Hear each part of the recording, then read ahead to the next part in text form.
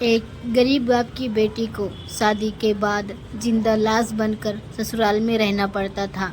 रोज रो रो कर घुट घुट कर जीना पड़ता था। ससुराल वालों को बेटी नहीं बेटा चाहिए था।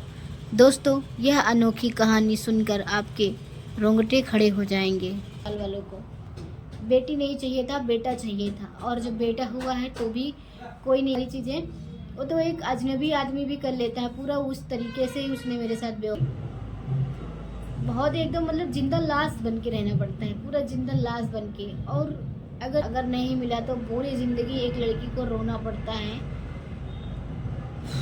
बहुत ही मैं आगे की वीडियो में बताऊंगी कि क्या क्या हुआ आगे।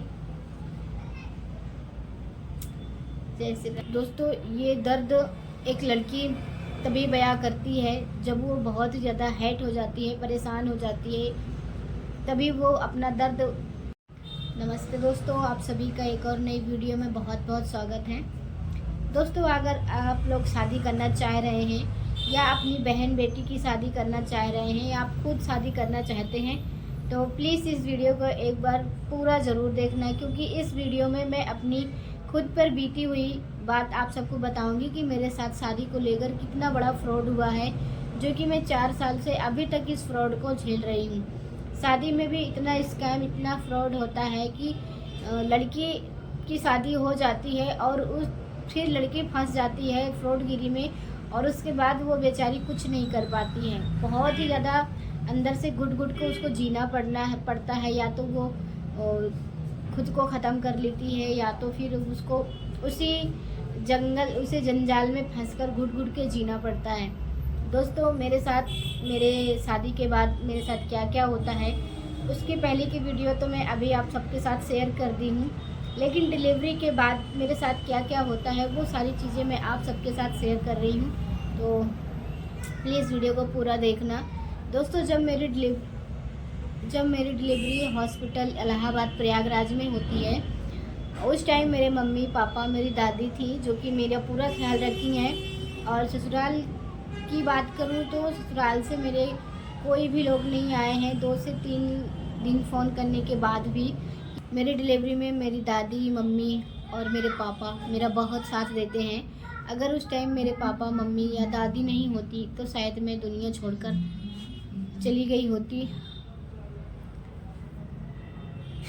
दोस्तों, ये दर्द एक लड़की तभी बयां करती है जब वो बहुत ही ज़्यादा हर्ट हो जाती है, परेशान हो जाती है, तभी वो अपना दर्द किसी और के सामने बताने लगती हैं। दोस्तों, जब मैं हॉस्पिटल में थी तब मेरे पापा मेरे हस्बैंड को, मेरे सास ससुर को कॉल करते हैं कि आपकी बीबी को लड़का हुआ है। तब वो आते हैं, मतलब मेरे हस्बैंड ही आते हैं और मेरे ससुराल से कोई नहीं आता है। मेरे हस्बैंड तभी आते हैं जब उनको सुनने को ये मिलता है कि उसको लड़का हुआ है। अगर उस टाइम लड़के की जगह पर लड़की होती तो शायद मेरे हस्बैंड नहीं आते, क्योंकि उनको ये लगता था कि मुझे लड़की होगी और लड़की की वजह से वो मेरा साथ नहीं दे रहे थे, जहाँ तक मुझे पता है। क्योंकि अगर उनको लड़की या लड़के में कोई फ़र्क या अंतर नहीं होता तो वो इस बात को लेकर बिल्कुल भी नहीं सामने आते कि उसको लड़की होगी तब मैं नहीं जाऊंगा या लड़का होगा तब मैं जाऊंगा।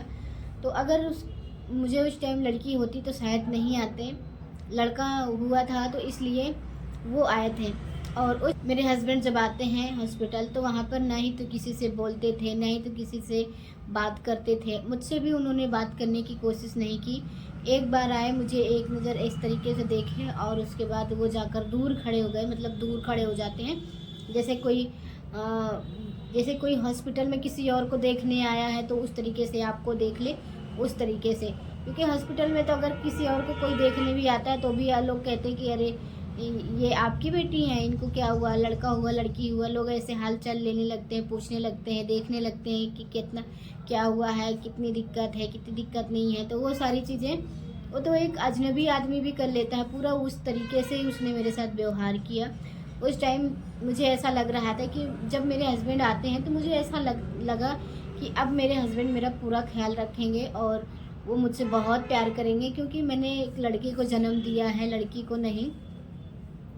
तो मैं बेड पे लेटी थी और बेड पे लेटे लेटे मेरे ये सारे ख्याल आ रहे थे कि मेरे हस्बैंड आए हैं, अब मुझसे बहुत प्यार करेंगे, बहुत ही मुझे खुश रखेंगे, अब लड़ाई झगड़ा नहीं करेंगे, अब दारू नहीं पिएंगे, क्योंकि दारू पीकर मेरे हस्बैंड मेरे साथ बहुत लड़ाई झगड़ा करते थे, उल्टा सीधा बोलते थे। और जब मुझे लड़का होता है तो मैं बहुत ज़्यादा खुश हो जाती हूँ। मुझे ऐसा लगा कि अब ये जो सारी चीज़ें हो रही थी वो सब चीज़ें अब नहीं होगी दोबारा से। उसके 8-10 दिन बाद किसी तरह मैं वहाँ पे मेरे मम्मी पापा लेकर रहे, मेरा इलाज करवाए और मुझे 8 दिन बाद डिस्चार्ज किया गया हॉस्पिटल से। उसके बाद जब मैं घर आती हूँ तो मेरे हस्बैंड मुझे मेरे मायके में छोड़कर चले जाते हैं अपने घर ससुराल मेरे, और मैं अपने मेरा ससुराल में कोई है ही नहीं। ऐसा लगता था जैसे सब कुछ मेरे मायके वाले ही हैं। शादी के बाद भी मेरे मायके वाले मुझे इतना ही प्यार कर रहे थे जितना पहले करते थे, और शादी के बाद मुझे ऐसा लगता था कि मैं अब अपने ससुराल की हूँ और ससुराल वाले मेरे हैं। जितना मैं अपने ससुराल वालों से प्यार करती हूँ उतना ससुराल वाले मुझसे भी करते हैं। लेकिन दोस्तों ऐसा बिल्कुल नहीं होता है, जितना आप सोचते हैं ना उतना नहीं होता है, क्योंकि जो लालची लोग होते हैं, फ्रॉड लोग होते हैं, वो ऐसे ही करते हैं। आप ससुराल में कितनी भी अच्छी बहू बन जाओ, कितना भी अच्छा काम करो, कितना भी कुछ भी करो, कितना भी दहेज लेकर जाओ, लेकिन ससुराल वालों को कभी खुशी नहीं होगी। हमेशा किसी न किसी चीज़ की कमी रहती ही है। जैसे कि मेरे ससुराल वालों को बेटी नहीं चाहिए था, बेटा चाहिए था, और जब बेटा हुआ है तो भी कोई नहीं आया। क्यों नहीं आए थे? उनको ये ऐसा लगा कि मेरे मम्मी पापा उनसे ये बोलेंगे कि हॉस्पिटल में इतने खर्चे लगे हैं, इतने पैसे लगे हैं, वो सब देने पड़ेंगे। तो इसलिए मेरे ससुराल के कोई भी लोग नहीं आते उस टाइम। यह सोचकर मैं अंदर ही अंदर घुट रही थी, मुझे बिल्कुल अच्छा ही नहीं लग रहा था। और जब मैं खुद अपने हस्बैंड को कॉल करती हूँ कि आप क्यों नहीं आए हो, तो मेरे हस्बैंड मुझे इधर उधर का काम बता देते हैं कि मुझे ये करना था, वो करना है, तो इधर उधर का काम बता देते हैं, बस हो गया। दोस्तों एक लड़की को ससुराल में अगर अच्छा ससुराल मिल गया तब तो ठीक है, और अगर नहीं मिला तो पूरी ज़िंदगी एक लड़की को रोना पड़ता है। बहुत ही एकदम मतलब जिंदा लाश बन के रहना पड़ता है, पूरा जिंदा लाश बन के। और अगर वो ऐसी लड़की हो जो अपने मन की बात किसी से ना कह पाए, नहीं तो मैं अपने मन की बात ससुराल वालों से कह पाती थी, नहीं तो अपने मायके वालों से कह पाती थी। बस मैं अपने आप में ही हमेशा खुश रहती थी। दोस्तों मैं बस यही कहना चाहूँगी, आगे मेरी लाइफ में बहुत सी सारी चीज़ें हुई हैं जो कि मैं आप सबके साथ शेयर करूँगी एक एक करके। तो अगर आप किसी अपनी बहन बेटी या खुद की शादी कर रहे हैं तो थोड़ा देखकर और अच्छे से ढूंढकर ही शादी करें, क्योंकि बहुत ज़्यादा फ्रॉड होता है। अभी जो मैं इस टाइम झेल रही हूँ ना, भगवान करे कि आपकी बहन बेटी या किसी और बहन बेटी को ये दिन ना देखना पड़े जो दिन मेरे साथ अभी गुजर रहे हैं। आगे बताऊंगी कि मेरे साथ क्या क्या हो रहा है।